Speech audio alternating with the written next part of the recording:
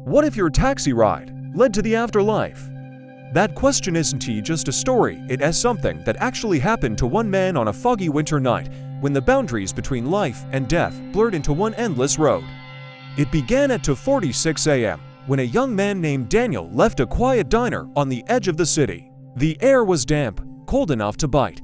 The streets were empty, silent except for the distant hum of electricity and the occasional hiss of a passing bus.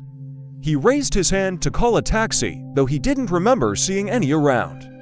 And yet one appeared instantly, its headlights cut through the fog like knives. The driver didn't say a word, just nodded for him to get in. The interior smelled faintly of rain and old leather. The meter blinked to life, glowing red in the dark. Daniel gave his address, but the driver didn't respond. The taxi rolled forward, tires whispering over wet pavement. The city outside seemed different, streets too long, buildings unfamiliar, signs written in languages he didn't recognize. He told himself he was just tired, but then he looked at the rearview mirror. The driver's reflection wasn't there. He blinked, rubbed his eyes, still nothing.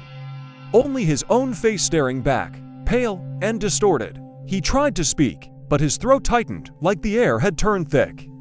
The radio crackled to life, a soft static whispering words that didn't make sense. End of the road, end of the road. Daniel leaned forward. "What did you say?" he asked. The driver's head turned slightly, but the face, what little he saw, looked blurred, like it wasn't fully human. The air temperature dropped suddenly. Frost crept along the inside of the windows, his breath came out in clouds. "Excuse me," Daniel said, trying to sound calm. "I think you took the wrong turn." No response.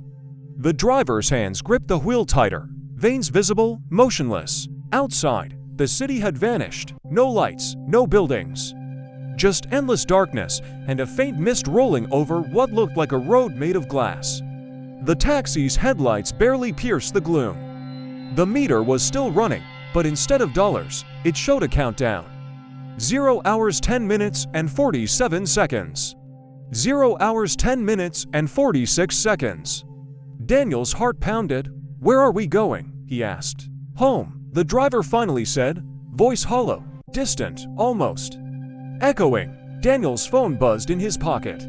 Unknown number. He hesitated, then answered. A voice identical to his own said, "Don't get out when the car stops." He froze. "Who is this?" But the line went dead.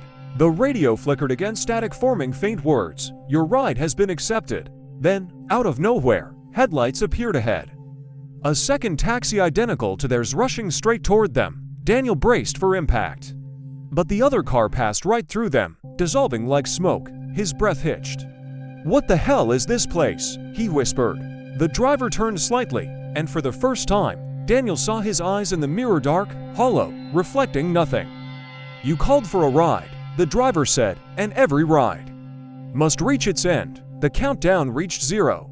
The car stopped. Silence. Daniel opened the door, stepping into a thick, white fog. The air felt weightless, like he wasn't breathing but floating. There were faint outlines of figures in the mist, people standing still, eyes closed, facing nothing. He tried to call out, but no sound came. Behind him, the taxi was gone. Only tire marks glowing faintly on the ground remained. His phone vibrated again. A notification flashed. Trip completed. Fare, one soul. He dropped it. Then, a soft whisper near his ear. "Welcome home." The fog swallowed him. The screen faded to black, a faint echo of the engine starting again, somewhere far away. Maybe another passenger. Maybe another story. Because some say that taxi still drives the roads at night, appearing to those who are lost, tired, or moments from crossing over. And if you ever find yourself alone, late at night, and a cab stops beside you with its lights flickering, think twice before you get in, because not every driver takes you where you want to go. Some take you where you belong. If you enjoyed this story, subscribe for more terrifying mysteries and haunting tales that make you question what's real and what waits beyond.